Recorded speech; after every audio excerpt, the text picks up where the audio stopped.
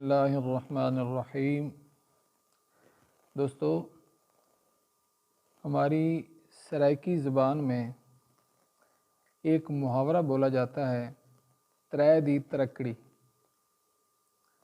اب آپ جانتے ہیں کہ یہ جو ترے کی ترکڑی ہے، ترے دی ترکڑی یعنی کہ ایک بات کو تین اینگل سے، الگ الگ اینگل سے ناپ تول کر کے، جانچ پڑتال کر کے پھر اس بات کو آگے کنوے کرنا۔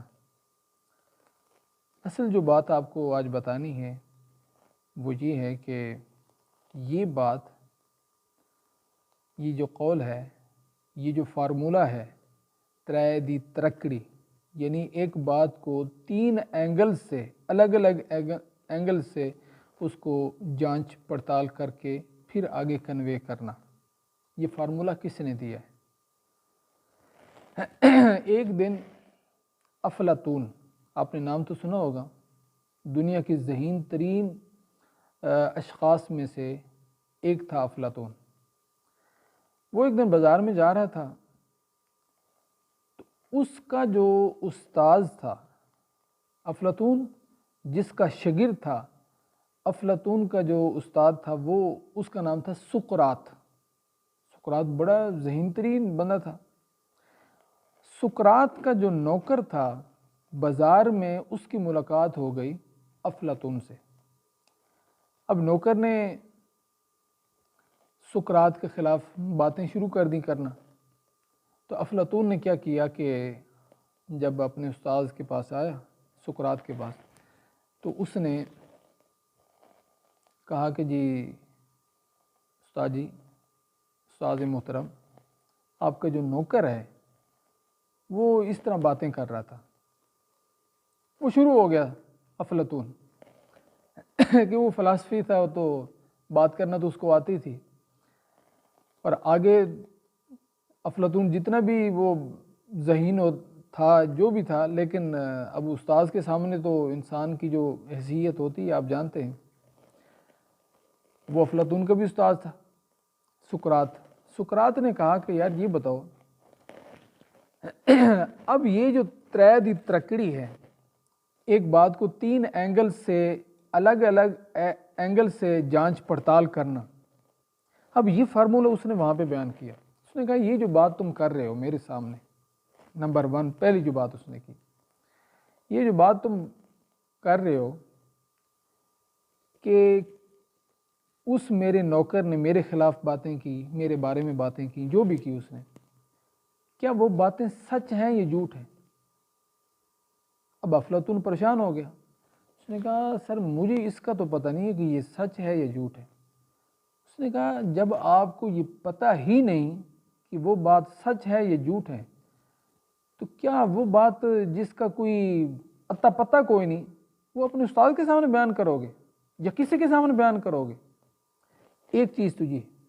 نمبر 2، دوسرا اس نے کہا کہ یہ بتاؤ کہ یہ جو بات تم کر رہے ہو کہ میرے نوکر نے فلاں بات کی، فلاں باتیں کی، اس میں آپ کا اور میرا فائدہ کیا ہے؟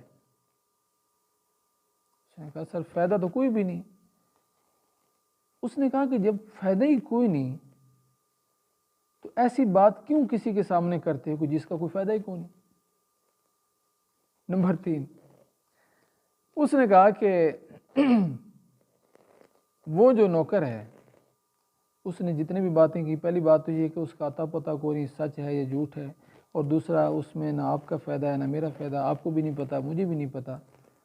تیسری بات یہ ہے کہ اس نے کہا کہ یہ باتیں کر کے تم نے میرا ٹائم کیوں ضائع کیا؟ ایسی باتیں کیوں کرتے ہو جس کا کوئی اتا پتہ ہی کوئی نہیں، کوئی سچ جھوٹ کا پتہ کوئی نہیں، ایک دوسرے کا ٹائم کیوں برباد کرتے ہو؟ اب مجھے بتائیے دوستو کہ ہمارے اس معاشرے میں ہم کتنی باتیں ایک دوسرے کے خلاف کرتے ہیں، ڈیلی کر رہے ہوتے ہیں، اس میں نہ آپ کا کوئی فائدہ ہوتا ہے، نہ دوسرے بندے کا فائدہ ہوتا ہے، نہ اس کا نقصان ہوتا ہے، نہ آپ کا نقصان ہوتا ہے، بس ہم چل سو چل ڈیلی پتہ نہیں کتنی باتیں ایک دوسرے کے خلاف ایک دوسرے کے بارے میں کر رہے ہوتے ہیں، اور جس کا کوئی نہ سچ کا نہ جھوٹ کا کوئی پتہ نہیں ہوتا۔ اسی وجہ سے اللہ تبارک و تعالی نے سورہ الحجرات میں ارشاد فرمایا، یا ایھا الذین آمنوا ان جاءکم فاسق بنبأ فتبینوا ان تصیبوا قوما بجہالۃ فتصبحوا علی ما فعلتم نادمین۔ اس آیت پاک کا مفہوم کچھ اس طرح ہے کہ اے ایمان والو، جب بھی تمہارے پاس کوئی ایسا بندہ خبر لے کر آئے تو اس کی تصدیق ضرور کر لیا کرو۔ یہ نہ ہو کہ تم ایک شخص پر یا ایک قوم پر تم ظلم کر بیٹھو، بعد میں تمہیں اس اپنے کیے پر شرمندگی محسوس ہو۔ تو اس وجہ سے یہ جو ترے دی ترکڑی ہے، یعنی کہ ایک بات کو 3 اینگل سے ناپ تول کے آگے بات کرنا، آگے پہنچانا ہے، یہ بہت ضروری ہے۔ اچھا، دوسرا سقراط کا ایک قانون تھا، ایک اس کا فارمولہ تھا، اس کا ایک اصول تھا، اپنی اس کی درسگاہ بھی تھی نا، بڑا فلسفی تھا، بڑا استاد تھا، ماہر تھا، اور یہ وہی سقراط ہے جس نے حق بات پر قائم رہنے کے لیے، اس کے بارے میں آتا ہے کہ اس نے زہر کا پیالہ بھی پی لیا تھا۔ خیر، درسگاہ میں اس کا یہ اصول تھا کہ ان طلباء کرام کو جو اس کے پاس شاگرد پڑھتے تھے، ان سب کو نکال دیتا تھا، بھگا دیتا تھا۔ کس بات پہ؟ جو تکرار جب ہوتا تھا نا، یعنی کہ ایک دوسرے کو بچے سبق سناتے ہیں، اس کو ہم تکرار بولتے ہیں ایک درسی زبان میں، جب وہ آپس میں تکرار کے دوران جو بندہ الجھ پڑتا تھا، جو طالب علم الجھ پڑتا تھا، اس کو وہ نکال دیتا تھا کہ تم تعلیم حاصل کرنے کے قابل نہیں ہو۔ دوسرا، ایسے بندوں کو بھی، ایسے طلباء کی وہ نکال دیتا تھا کہ جو گفتگو کے دوران ایک دوسرے کو دھمکیاں دیتے تھے کہ جی میں تجھے دیکھ لوں گا، جی کہتے نکل، گیٹ آؤٹ، تم تعلیم حاصل کرنے کے قابل نہیں ہو۔ اسی طرح جو بندے گالم گلوچ پہ اتر آتے تھے، جو طلباء کرام، ان کو بھی وہ نکال دیتا تھا۔